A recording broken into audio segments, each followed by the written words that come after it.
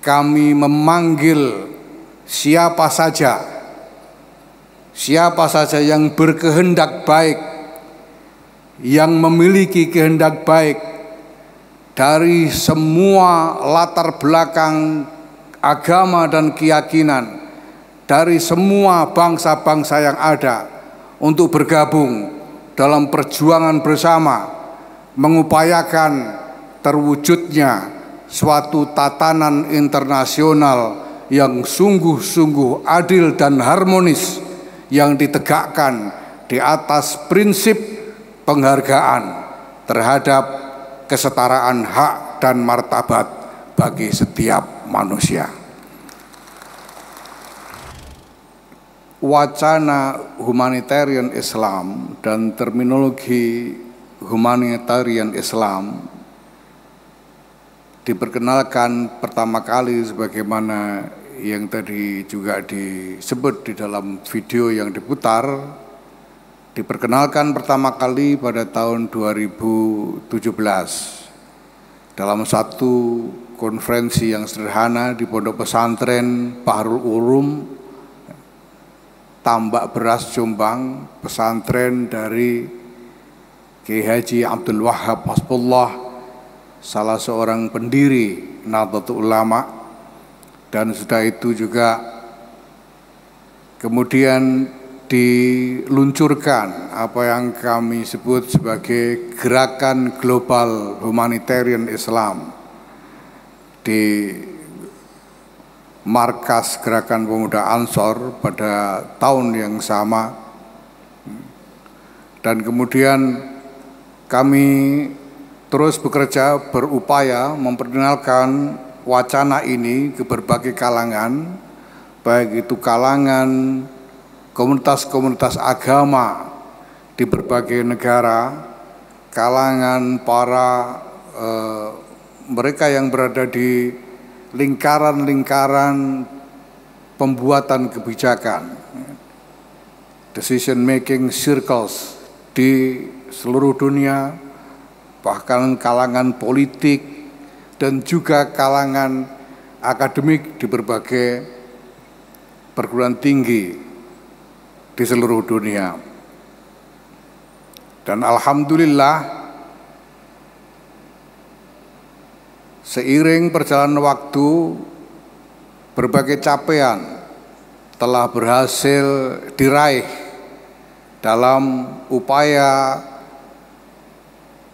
membagi wacana, gagasan-gagasan tentang humanitarian Islam ini kepada berbagai kalangan di seluruh dunia, sehingga sekarang wacana humanitarian Islam atau al-Islam lil insaniyah atau Islam untuk kemanusiaan ini telah menjadi wacana yang cukup kuat secara internasional. Bahkan belum lama ini satu lingkaran akademik, lingkaran akademia di Eropa yang dipimpin oleh Profesor Dr. Rudiger Lorker dari Universitas Wiener, Austria, telah mempublikasikan satu buku tentang humanitarian Islam khusus melalui penerbit besar di Eropa, yaitu The Brill. Dan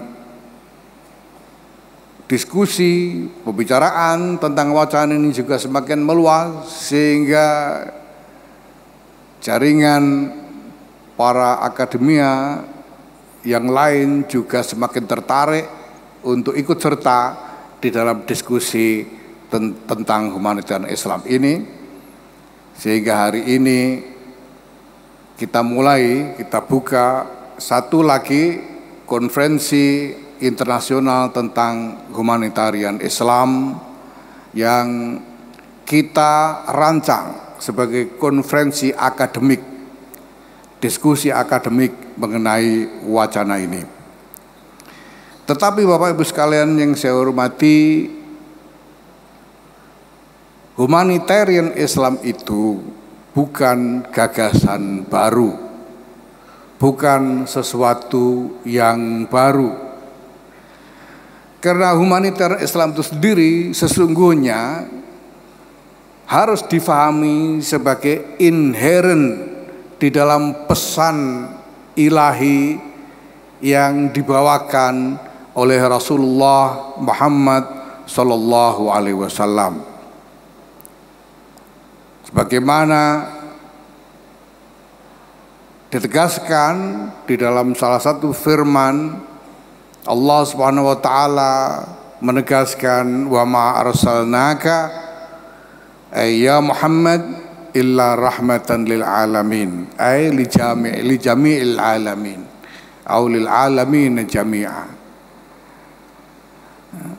Jami'nya tidak disebut karena sudah mu'arraf bi'al.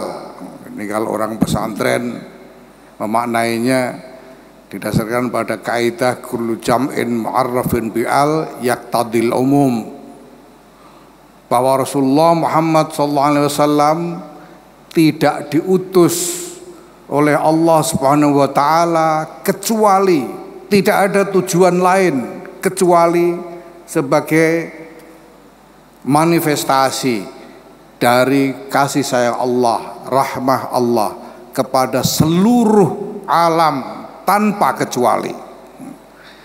Tidak ada yang dikecualikan dari seluruh alam ini dari rahmah Allah Subhanahu wa taala. Maka semestinya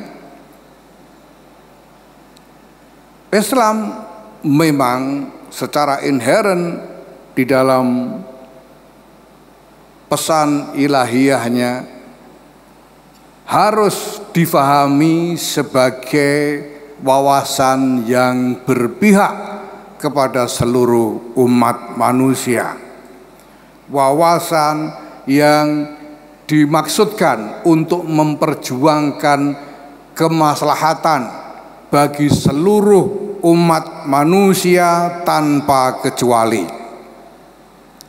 Maka sebetulnya humanitarian Islam atau al-Islam lil insaniyah ini hanyalah satu terminologi yang dimaksudkan sebagai pengingat saja dari apa yang sebetulnya sudah sejak awal menjadi ajaran dan wawasan dari Islam itu sendiri. Konferensi kali ini kami selenggarakan oleh pengurus besar Nahdlatul Ulama, diselenggarakan dalam kerjasama dengan Universitas Indonesia. Kenapa dengan Universitas Indonesia? Beberapa orang mungkin berprasangka, dan prasangkanya saya kira ada benarnya, bahwa PBNU membuat keputusan untuk mengerjasamakan konferensi ini dengan Universitas Indonesia supaya saya sebagai Ketua Majelis Wali Amanat kelihatan berguna bagi Universitas Indonesia. Saya kira ini ada benarnya. Tetapi jauh lebih dari itu Bapak Ibu sekalian, saya ingin sampaikan bahwa apabila tadi saya nyatakan humanitarian Islam ini bukan gagasan baru, bukan sesuatu yang baru, tetapi terminologi humanitarian Islam sebagai pengingat sesungguhnya sangat terkait dengan konteks dinamika global yang kita alami, yang dialami oleh umat manusia dewasa ini. Betapa pertentangan, konflik, dan multipolaritas yang mengarah kepada dinamika yang semakin sulit dikendalikan. Maka perlu ada pengingat, mengingatkan umat manusia ini tentang keberadaan kita hidup bersama di satu planet yang sama, dan kita terikat satu sama lain pada nasib yang sama. Bapak Ibu sekalian yang saya hormati, Islam hadir di berbagai belahan bumi dengan berbagai macam ekspresi dan warna,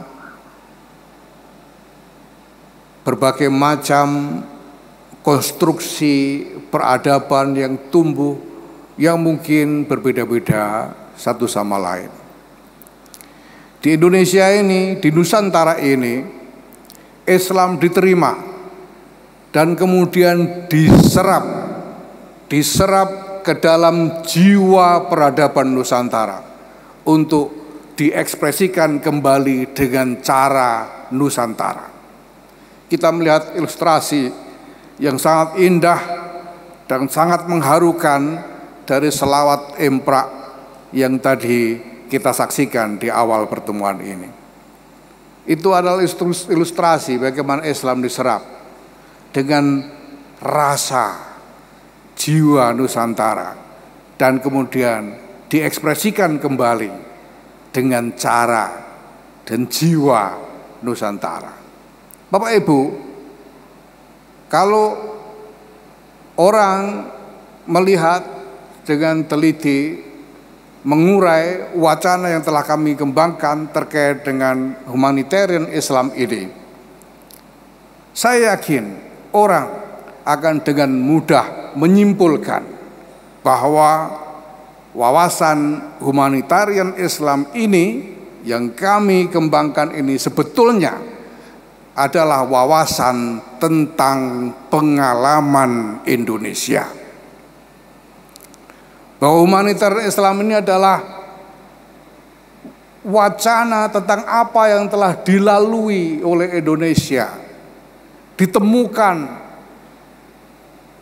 alurnya dalam sejarah Indonesia. Ketika Indonesia menghadapi berbagai macam tantangan, berbagai macam masalah terkait nature, keberadaan yang sangat beragam, dan kemudian menemukan jalan keluarnya. Ini adalah tentang pengalaman Indonesia, tentang kisah keberhasilan Indonesia. Kami yakin bahwa pengalaman Indonesia, kisah sukses Indonesia ini layak untuk dibagi bersama seluruh komunitas global, komunitas internasional sebagai sumbangan kita di dalam perjuangan bersama seluruh umat manusia untuk menemukan jalan keluar dari berbagai masalah dan kemelut yang dihadapi dunia dewasa ini. Inilah yang menjadi alasan lebih mendasar kenapa Universitas Indonesia. Karena ini pengalaman Indonesia. Dan ini adalah satu-satunya universitas yang I-nya cuma satu. Universitas Indonesia. Universitas, satu-satunya universitas yang dinisbati dengan atribut Indonesia secara mutlak. Sekarang ada universitas yang I-nya lebih banyak, tapi itu berarti tidak absolut. Masih ada tambahan keterangan. Karena itu saya kira tidak ada tempat lain. Dan karena seperti saya sampaikan tadi bahwa ini akan menjadi konferensi akademik dan layak untuk dikerjakan bersama lembaga akademik yang berwibawa, ya, maka tidak ada tempat lain yang pantas untuk menjadi co-host, menjadi mitra tuan rumah bagi konferensi ini selain Universitas Indonesia. Bapak Ibu sekalian yang saya hormati, kalau ditanya tentang apa pesan dasar dari humanitarian Islam ini, lepas dari berbagai macam nuansa diskusi, nuansa gagasan yang ada di dalamnya, saya harus sampaikan bahwa dengan wacana humanitarian Islam dengan gerakan global humanitarian Islam ini, kami memanggil siapa saja